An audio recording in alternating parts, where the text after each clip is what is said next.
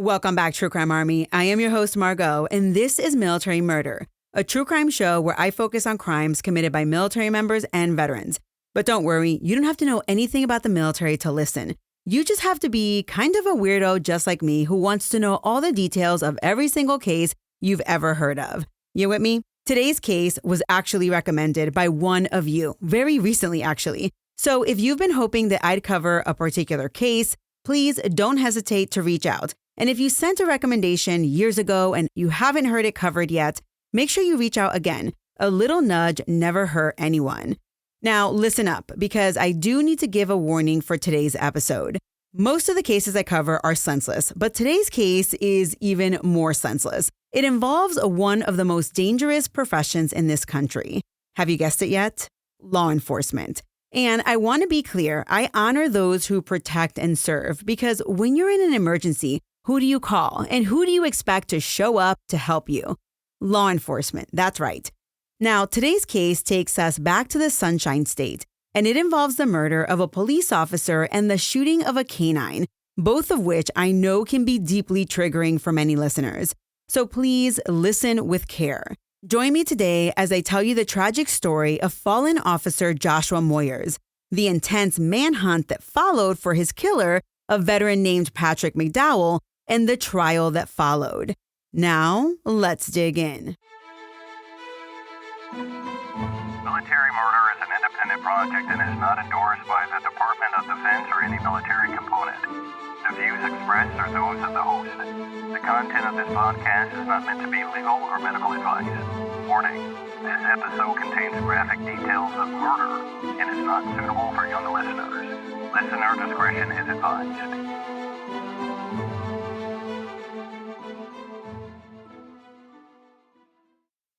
In the late evening hours of September 23, 2021, into the early morning hours of September 24, 2021, Nassau County, Florida Deputy Joshua Moyers was on patrol in the small town of Callahan, which is just northwest of Jacksonville. At one point, he pulled into a gas station where a handful of lifted pickup trucks were revving their engines and doing donuts in the parking lot. Deputy Moyers parked near the front doors of the gas station store, and the moment that everyone noticed that he was parked there, the trucks scattered. But it wasn't the trucks that caught Deputy Moyers' attention. Deputy Moyers stayed put in his cruiser because something else stood out to him. It was a man who exited the convenience store, made eye contact with him, and just gave him a quick nod. Polite, casual, almost too casual, you could say. The man walked over to a red Chrysler minivan, started rearranging items inside, then casually cleaned the windows. Moments later, a woman came out of the store, climbed into the passenger seat of this minivan, and the two pulled away out of the gas station and onto Route 301. On a hunch, Deputy Moyers followed behind the minivan. He didn't activate his lights or anything like that. He didn't initiate a stop.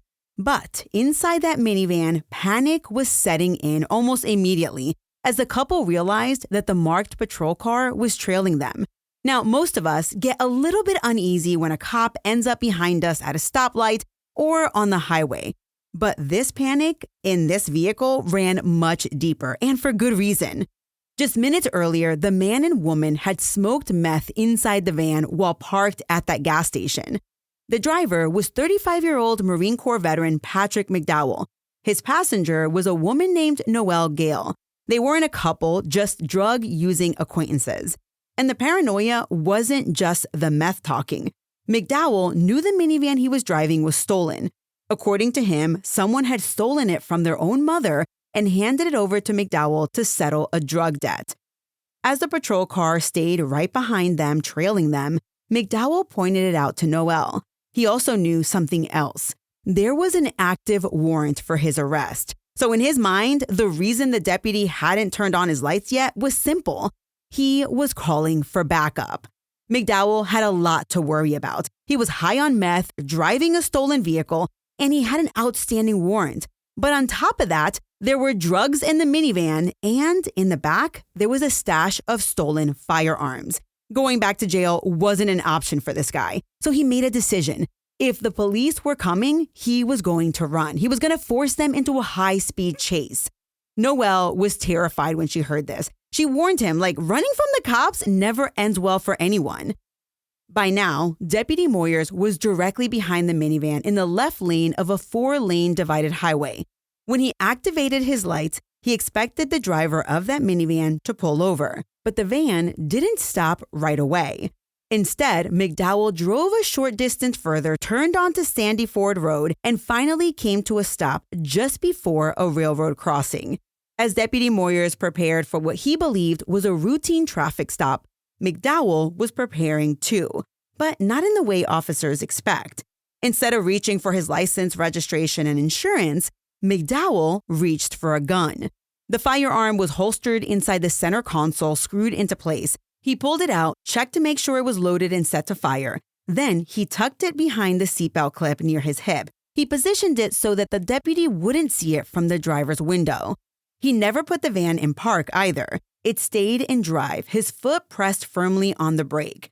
In that moment, McDowell had already visualized his escape.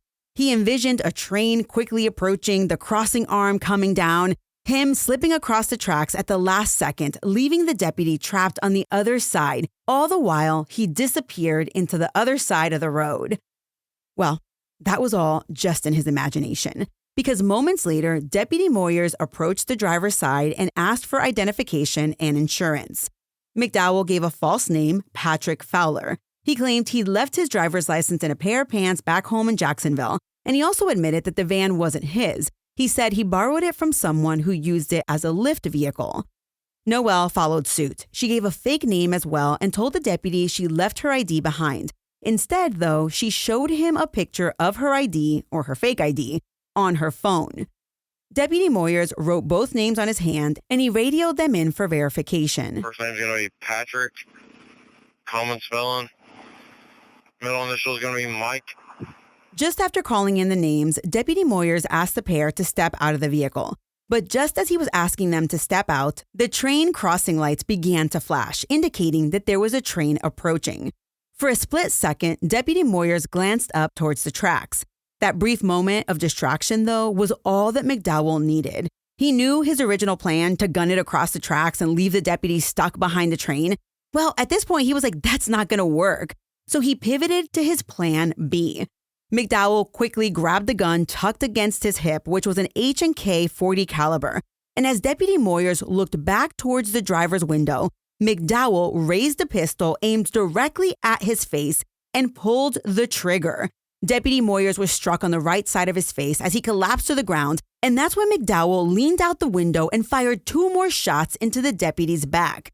Then he slammed on the gas, raced across the tracks just as the crossing arms started to come down. Inside the van, Noelle was in complete shock. Oh my gosh, did you just shoot an officer? Why would you do that? Why did you shoot the cop?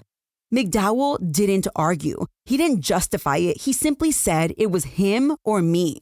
But almost immediately, reality set in as they drove. His escape was already falling apart. The road ahead of him past the tracks was a dead end. Noelle tried pulling up her GPS, desperate for another way out. But a dead end is exactly that. It's a dead end. There was nowhere to go.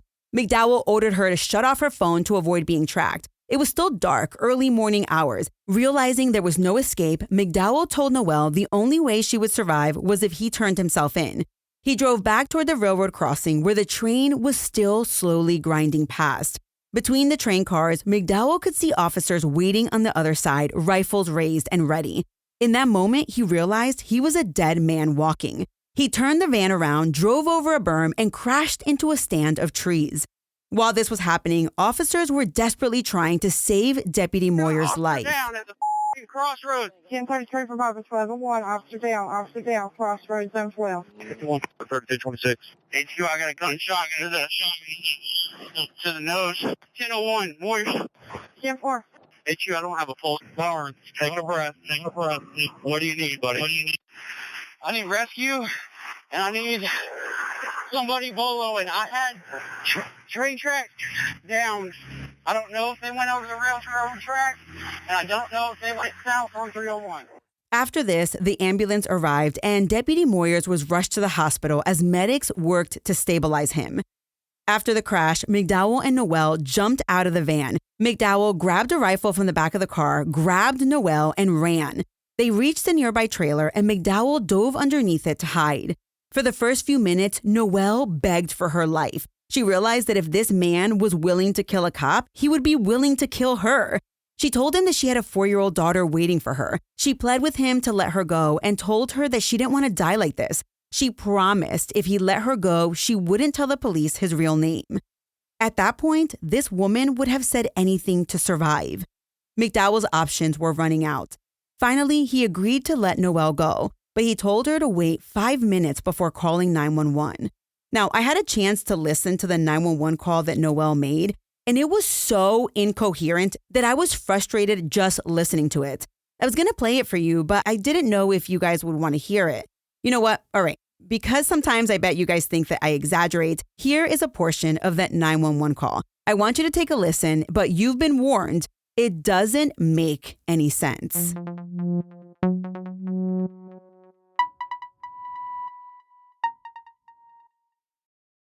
Kaylee Cuoco and Sam Claflin star in the MGM Plus original series, Vanished. When the man Alice loves disappears on a train to the south of France, every romantic memory becomes evidence. Every intimate detail, a potential threat.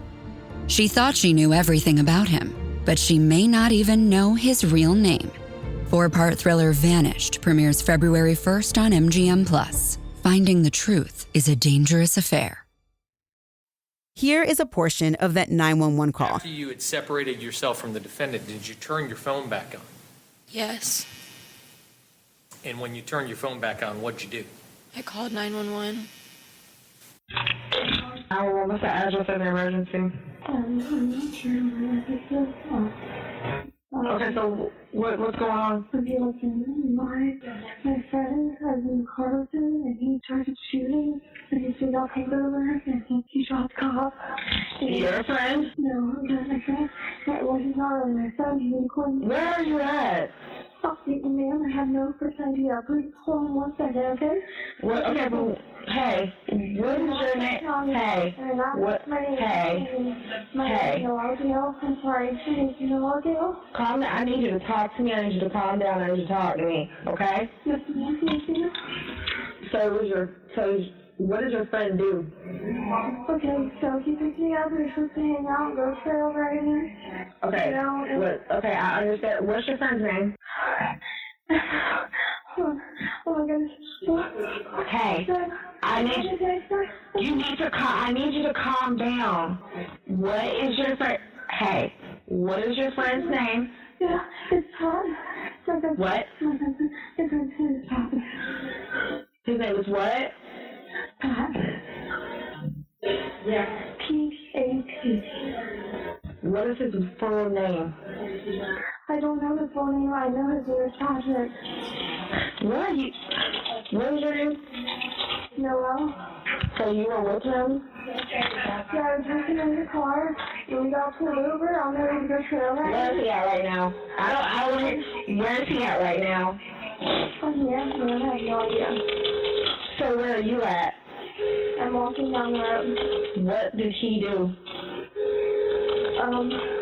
He pulled over because we were stopped, and Okay, I understand. What did he do? Who stopped you guys? a police officer. And what happened?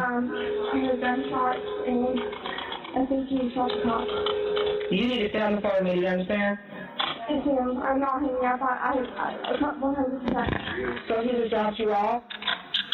He told me to run, and I told him, well, first I told him to let me out the car, and he didn't let me out the car. And then finally, he, hid the car between some trees and told me to run, and that was it. And I left, and I called you.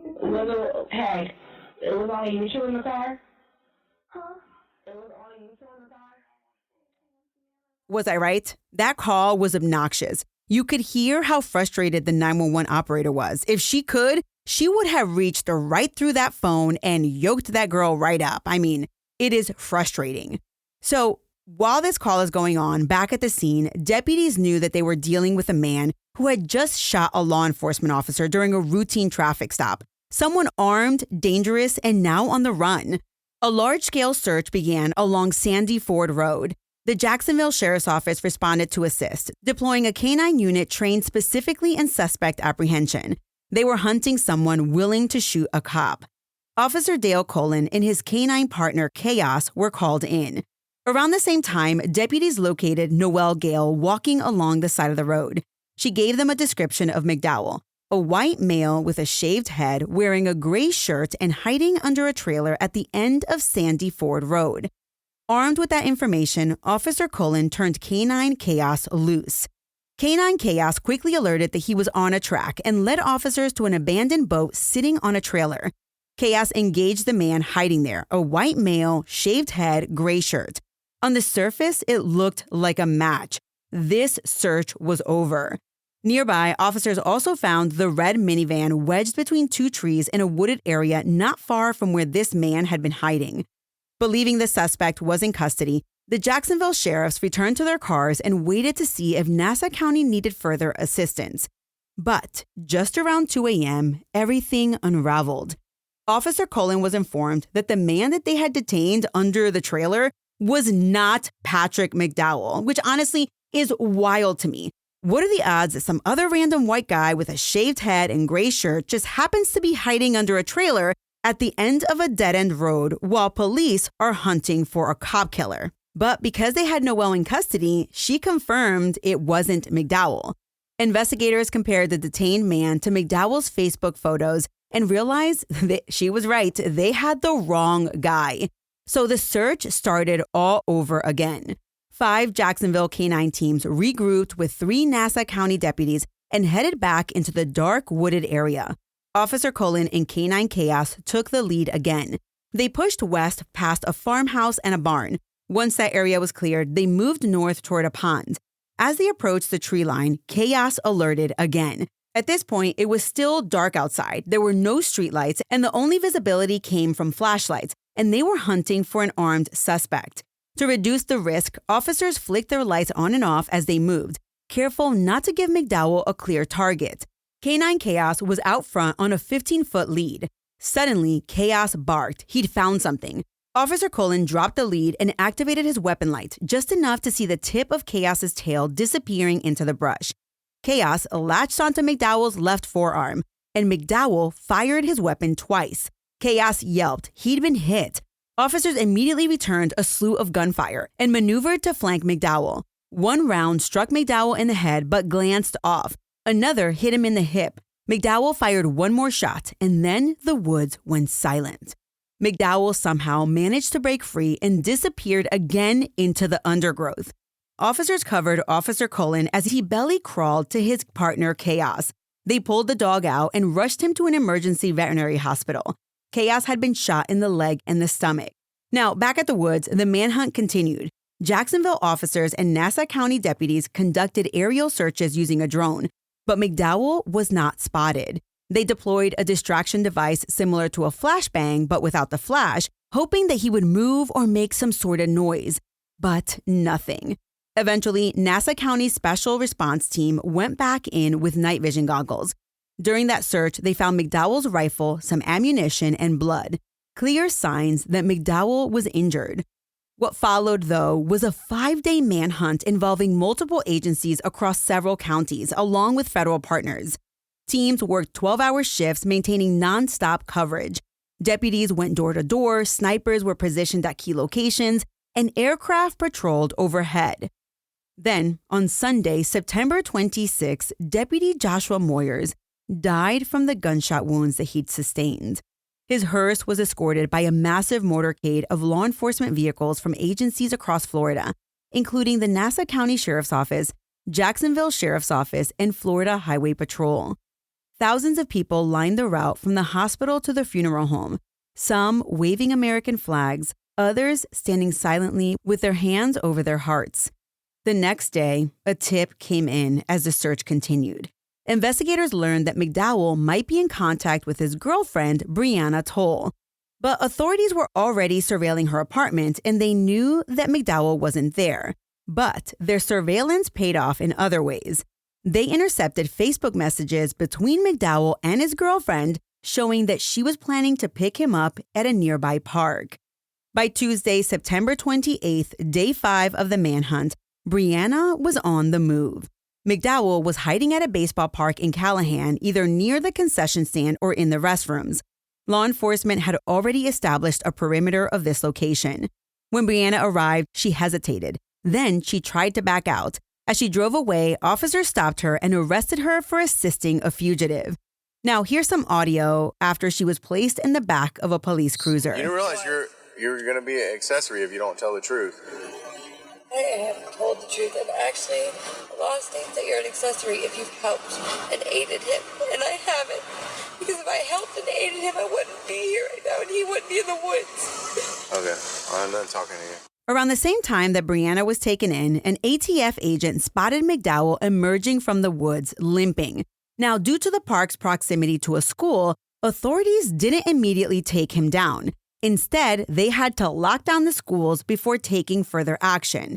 In the meantime, McDowell managed to get inside a restroom, but he knew he was completely surrounded. Snipers were positioned. There was nowhere left for him to run.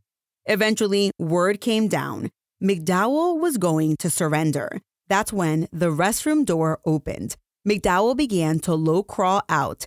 Officers gave repeated verbal commands for him to roll over so that they could see his hands. But this man didn't comply. His head stayed up, but he didn't turn on his back. All he did was look around. That's when SWAT K-9 Huck was released. What did K-9 Huck do? Well, he charged full speed and latched onto McDowell's left bicep. McDowell was taken into custody using Deputy Moyers' own handcuffs. When officers pulled McDowell to his feet, he was a wreck. He had a head abrasion, scratches all over his body, a gunshot wound to the hip, and now a severely injured arm, courtesy of K-9 Huck. Good boy, Huck, good boy.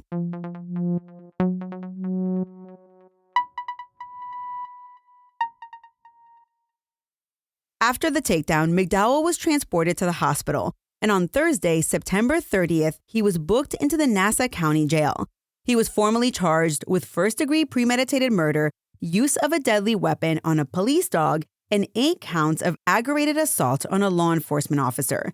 He was held without bond, but the next day, authorities had to precautiously move him to the Duval County Jail because they didn't want any of Deputy Moyers' colleagues getting close enough to him while he awaited trial. As for his girlfriend, Brianna Toll, she was charged as an accessory after the fact for attempting to help McDowell evade capture while he was on the run. Within a week of McDowell's arrest, a grand jury indicted him on all charges. Prosecutors also laid out 5 aggravating factors they intended to rely on during sentencing. First, the victim was an on-duty law enforcement officer killed while simply doing his job. Second, the murder was carried out in a cold, calculated, and premeditated manner. Third, the killing occurred while McDowell was actively trying to evade arrest. Fourth, prior to sentencing, McDowell had been convicted of a felony involving the use or threat of force, stemming from the shots that he fired at responding officers later that night in the woods. And fifth, the murder was committed while McDowell was on a felony probation. So, when the state of Florida announced on October 11th that they would be seeking the death penalty, it really came as no surprise. At his arraignment, Patrick McDowell entered a plea of not guilty. Over the next 18 months, the prosecution and defense were locked in discovery, with regular status hearings along the way. In total, McDowell's defense team filed 18 pretrial motions. One of the most significant motions was heard in May of 2022, when the defense challenged the constitutionality of allowing a jury to hear victim impact statements during the penalty phase. When that motion was denied, the defense asked that victim impact evidence be presented only to the judge, not the jury. They also filed a motion seeking to bar the death penalty altogether. Every single pretrial motion, however, was denied. Then, on March 10th, 2023, McDowell changed his tune. Here he is having a discussion with the judge in open court. To the charge of first-degree premeditated murder, how do you plead? Guilty. To the charge of use of a deadly weapon to injure a police canine, how do you plead? Guilty. As to the 8 counts of aggravated assault on a law enforcement officer, how do you plead? Guilty. All right, you understand that by entering a plea of guilty to the capital felony charge of first-degree murder, again, there are only two choices that this court can impose as far as a sentence goes: either life in prison without parole, or again, it could be also result in a death penalty sentence. Yes. Okay. You heard it here, everyone. Understanding that the only two sentence options were life without parole or death, McDowell decided to plead guilty to all of the charges. And then, after this hearing, weeks later, Florida Governor Ron DeSantis signed a major change into law, one that would have enormous implications on this case. Under the new statute, a jury no longer had to be unanimous to recommend a death sentence in the state of Florida. Instead, just 8 jurors voting in favor of death would suffice. That change would prove pivotal in this case, but we're going to come back to that after it's all said and done. With McDowell's guilty plea entered, the case moves straight along to sentencing. Jury selection began in April of 2024 and lasted an entire week. By mid-April, right around tax day, the penalty phase officially began with opening statements. The state called 23 witnesses during the penalty phase. Among them were deputies who responded to Deputy Moyers' call for backup, officers who were forced to perform CPR on their fallen friend while waiting for medical help to arrive. All 8 officers who tracked McDowell into the woods after the shooting also testified, including Officer Dale Cullen, who described the moment his partner, Canine Chaos, was shot during the search. Other law enforcement witnesses walked the jury through the 5-day manhunt that ultimately ended with McDowell's capture at a baseball field in Callahan. In addition to law enforcement, the medical examiner also testified. That testimony was critical and devastating. The ME described on the stand that Deputy Moyers had been shot point blank in the face. The entrance wound was just to the right of his nose on his upper right cheek. The bullet traveled through his head and spinal cord, coming to rest at the base of his brain. The medical examiner testified that he actually removed that bullet intact. That wound alone would have been fatal, but it didn't stop there. Deputy Moyers was shot 2 more times. One bullet entered his back, tore through his vertebrae, and lodged in the spinal canal. A 3rd round was fired but did not penetrate his body. It actually was stopped by his Kevlar vest. Firearms experts testified that the bullets which killed Deputy Moyers were a match to the H&K VP-40 pistol later recovered in the woods near the location where Canine Chaos was shot. One particular notable witness for the prosecution was a man named Patrick Fowler. You might recall that name because that was the name that McDowell had given Deputy Moyers during the traffic stop.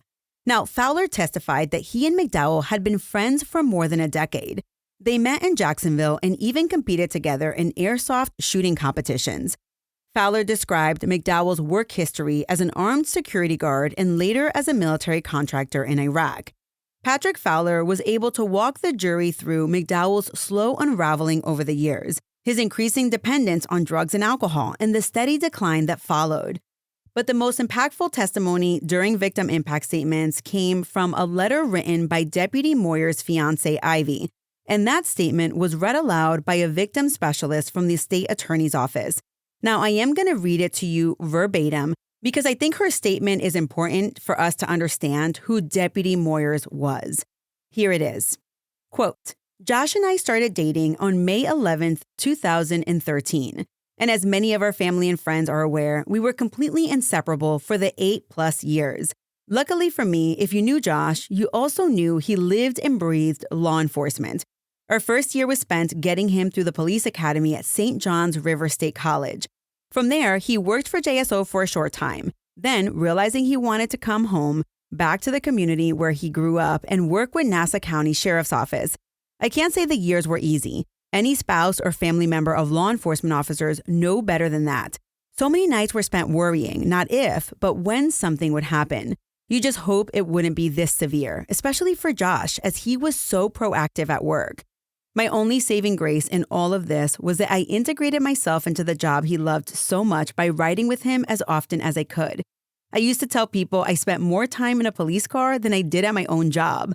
I would stay up with him all night and then go right to work to my job that morning. I learned so much about how he worked and how well he and his team worked together. My ride-alongs gave me a better understanding of what this job truly meant to Josh. Those nights were some of the best nights of my life, and I am forever grateful that I was allowed to go with him. The week of August 6, 2019 was Josh's birthday. Just a little over 6 years in for us, Josh planned an elaborate trip for us to Key West. It was first for both of us, and we planned to spend a little over a week there. We had a cute little bed and breakfast right off of Duval Street. It was within walking distance to almost everything. He had every day planned out. He was very specific on Tuesday the 6th, as it was his birthday, and we were going to go out to a nice restaurant for dinner. We were going to Latitudes on the small island of Sunset Key for dinner. We took the ferry to the island, and when we got off, Josh decided he wanted to walk down to the beach. Now, if you know me, you know I'm a rule follower. And as we went to step off the dock, there was a sign that said something along the lines of private access. What I didn't know was that Josh had reserved the entire beach for the two of us and even had a photographer hiding in the bushes to be able to capture this day. Poor Josh almost had to drag me down the beach as I'm saying, "We're not allowed to be here," multiple times.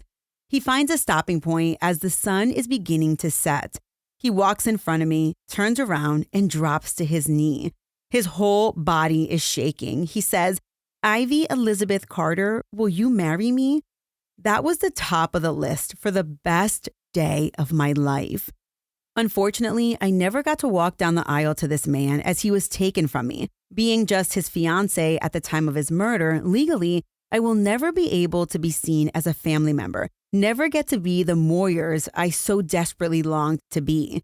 Even though our lives were so heavily intertwined, we had planned to wait on the COVID-19 pandemic to die down so that we would be able to have a wedding. We were working on our finances to accomplish this. I will feel forever so much guilt for not just eloping with him. September 23rd, 2021 was just like any other day. I got home from work, ate dinner with Josh, and got to spend a couple of hours with him before his shift. I had no idea my life was about to be turned upside down. One of Josh's teammates showed up at my front door, banging the door right around midnight or 1 a.m. I obviously don't remember a lot, but he said something along the lines of, "Josh is hurt. We have to go right now." Most of my memories have been a blur since then. I do not remember much from that night, nor many of the nights to follow. I never left the hospital. I feel like a part of me is still there sometimes. The surgeons and doctors had done everything they could to try and bring him back. But there was irreparable damage. I get told regularly how strong I am and how people don't know how I've made it this far. I don't have any other option. I feel as if everything has been taken from me and my whole life turned upside down. The only way I have made it this far is to pray. I pray for peace and comfort as the anxiety and stresses since losing Josh have been so very severe. I pray every day that God will help me to get over this hatred and be able to forgive. I pray that I'm able to honor Josh's memory. Josh will forever be a part of me, end quote. In addition to Ivy's statement, Deputy Moyers' mother, father, brother, and fellow deputies also addressed the court. They spoke about the physical, emotional, and financial toll of his death, about the future that was stolen, not just from Josh, but from everyone who loved him. They talked about the decades ahead without his presence and the family he and Ivy would never get the chance to build. And with that, the state rested its case.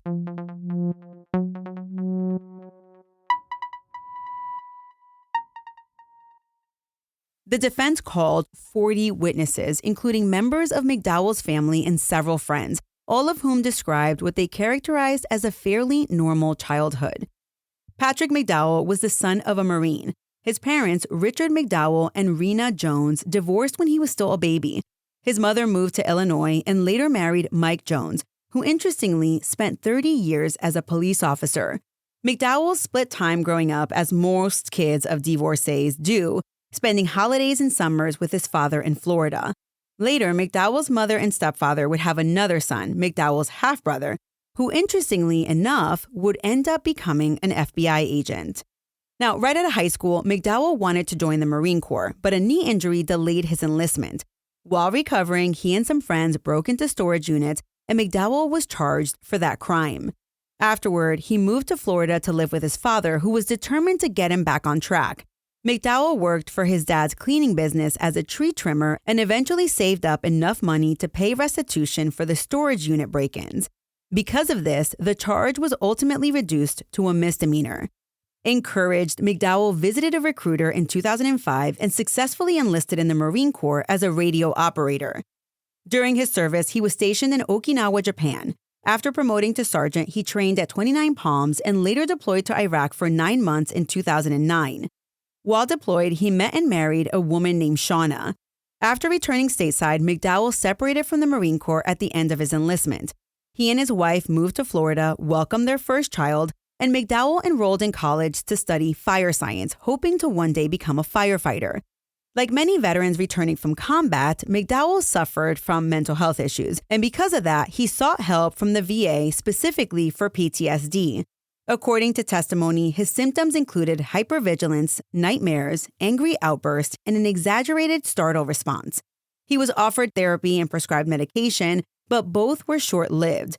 Therapy felt overwhelming, and the medication caused side effects that McDowell just couldn't tolerate. That's when McDowell took a job with the military contracting company Triple Canopy, and he found himself back in Iraq for 4 months. And, as you might expect, returning to a war zone didn't help his PTSD any. It actually made it worse. After returning home, his marriage fell apart, his wife and son moved to California, and McDowell was left alone. He took a job as an armed security guard, but resigned in 2015 after an incident in which an armed civilian fired at him and McDowell returned fire. Between jobs, McDowell became involved with a woman who struggled with drug addiction, and soon so did he. And I want to pause here for just a brief second. You know, my grandmother used to say something that annoyed me when I was growing up, but now that I'm older, I realize how painfully accurate it is. She said it in Spanish, but translated, it means, "Tell me who you spend your time with, and I'll tell you who you are." Now, that's exactly what happened here. McDowell got involved with drugs, and once you start down that road, drugs are not always easy to walk away from. Eventually, he ended the relationship with this woman and moved in with his grandmother. At the time, he was working with his father and uncle in their landscaping business. At sentencing, McDowell's father testified that his son's behavior at this point began to change. He started showing up to work late. Then he stopped showing up altogether. Eventually, the situation deteriorated so badly that in 2019, the family turned him in after discovering he had forged roughly $8,000 in checks from his grandfather's bank account. McDowell was arrested and charged for that offense. But because he was a veteran, McDowell was referred to the Veterans Treatment Court, often called VTC, and he entered an in-custody drug treatment program. Initially, McDowell did well, and after several successful months, he was released under strict conditions, including monitoring, drug testing, and regular court appearances. After his release, McDowell lived in transitional housing for veterans with substance abuse and mental health issues. But in March of 2020, when the COVID-19 pandemic hit, that program was suspended. McDowell left the house and effectively disappeared from the VTC system. That's when he spiraled again. Patrick McDowell returned to drug abuse, and during a later traffic stop, police found not only drugs in his vehicle, but firearms as well. After that arrest, while he was in jail, McDowell called his father and begged him to bail him out. His father, though, and McDowell's VTC mentor, refused, believing jail was the only way that he might get sober. After his release in May of 2021, McDowell returned to Jacksonville. But by then, he no longer qualified for VTC and was instead placed on drug offender probation. All he had to do was successfully complete probation and the charges would be dropped. Sounds simple, right? But addiction rarely is. Within a month of his release, McDowell was using again. Around the same time, he learned he was facing 17 felony charges in Georgia. Basically, he was facing a possibility of up to 30 years in prison. And rather than face that reality, McDowell chose avoidance. He stayed physically present, but mentally, he was long gone. Now, this is everything that we gathered from his friends and family during sentencing, right? They're trying to play up his PTSD and his drug abuse. Now, the defense also called 2 forensic psychiatrists, which are experts, both of whom testified that McDowell suffered from PTSD stemming from his service in Iraq, which, by the way, worsened by his work with Triple Canopy and also from his work as an armed security guard. Remember, he had been shot at while he was working as a security guard.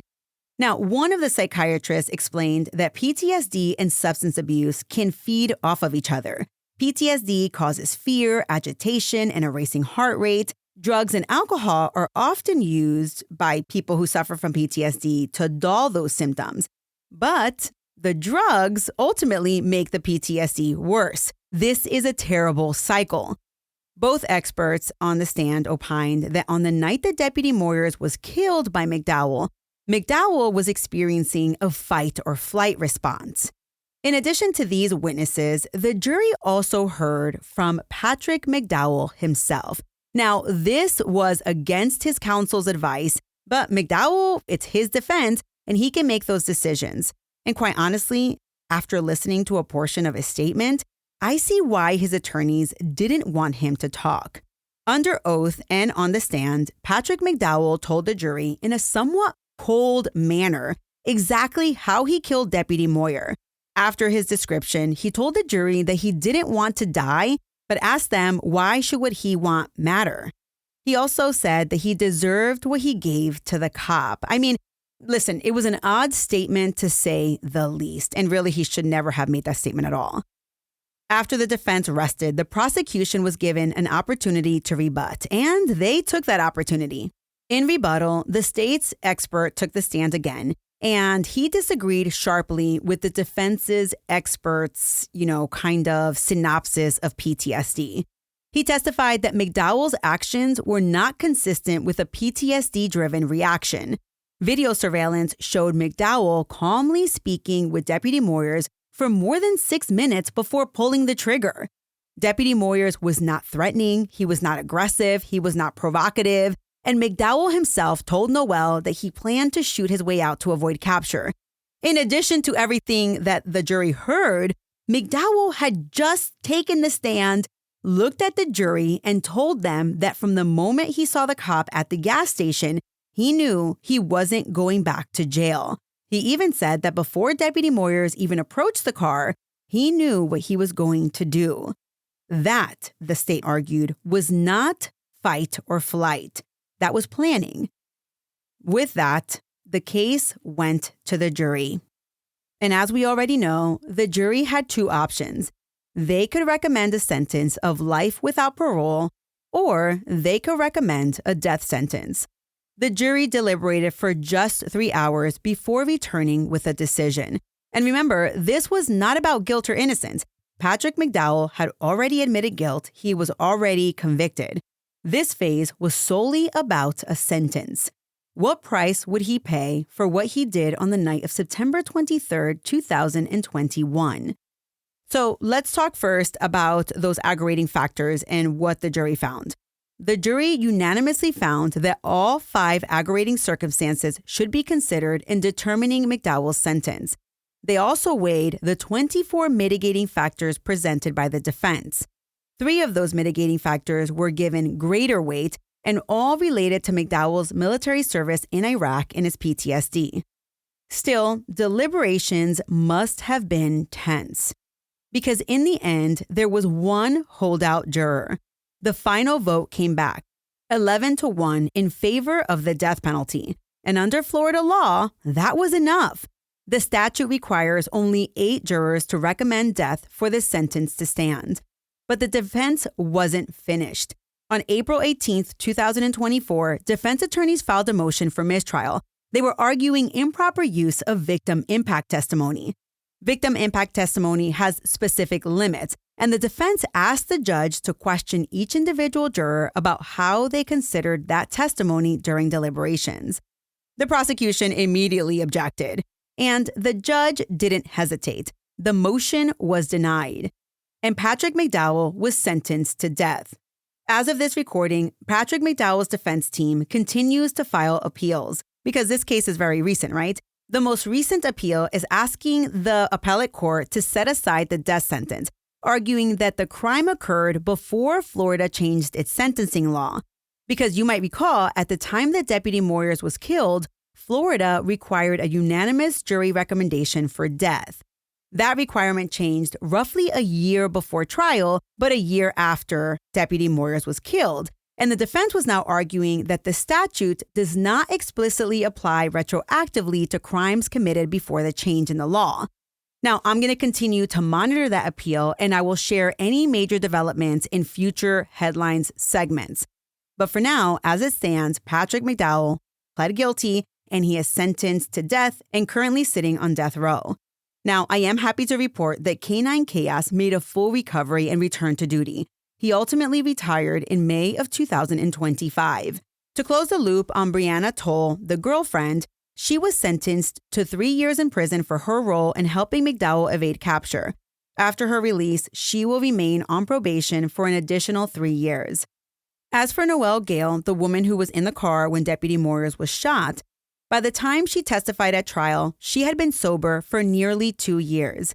And honestly, I sincerely hope she continues on that path and builds a peaceful, fulfilling life with her daughter. And hopefully, she'll find God. Patrick McDowell is currently incarcerated on death row at Union Correctional Institution in Rayford, Florida. Before we close, let's take a moment to remember Deputy Joshua Moyers for who he was beyond this tragedy. Joshua Moyers was born on August 6, 1992 in Jacksonville, Florida to Tim and Brenda Moyers. He was raised in Nassau County and graduated from high school in 2010. He later attended St. John's River State College, where he earned a Bachelor of Arts in Public Safety. Those who knew Josh described him as a loving, kind, and genuine young man, someone with a true servant's heart. Deputy Joshua Moyers was a dedicated member of the Nassau County Sheriff's Office and lived by their motto, community first. He believed deeply in treating people with dignity and respect, even on their worst days. Even when dealing with those who had committed crimes, Josh tried to see the good in them. He believed that people could change. Deputy Moyers was laid to rest with full honors at Oakwood Cemetery in Hilliard, Florida on October 2, 2021. He was just 29 years old when he was murdered. Josh had been planning to marry his fiancée, Ivy Carter. Their wedding had been postponed due to the pandemic, but their future was already imagined and deeply shared, as we heard in her statement. Josh is survived by his parents, his brother Jordan, his fiancée Ivy, and extended family, including his grandmother, aunts, uncles, and cousins. And even in his death, Josh Moyers continued to serve others. Following his passing, his organs were donated to 5 people, including a 29-week-old baby. In a statement released after his death, the Nassau County Sheriff's Office described him as a hero even after death. And that's how he should be remembered.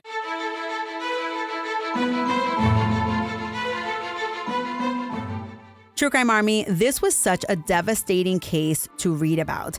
Cops put their lives on the line every single day right here in our towns. And I really just want to take this moment to thank all those in blue who protect us every single day. And of course, my condolences to Deputy Moyers' family.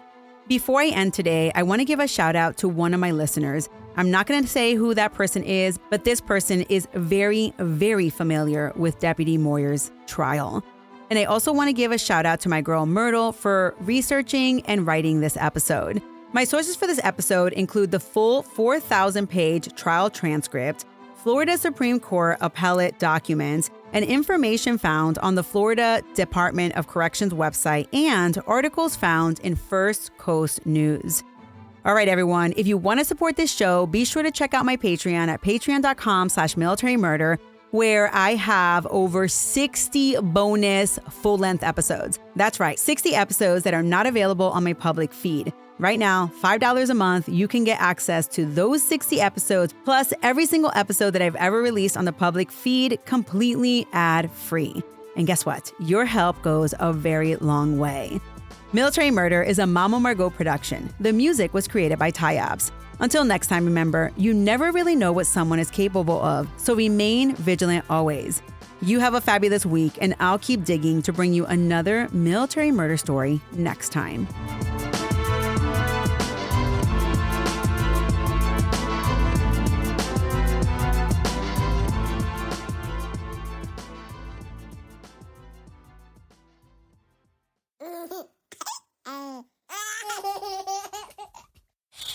was working on our podcast. I don't want to.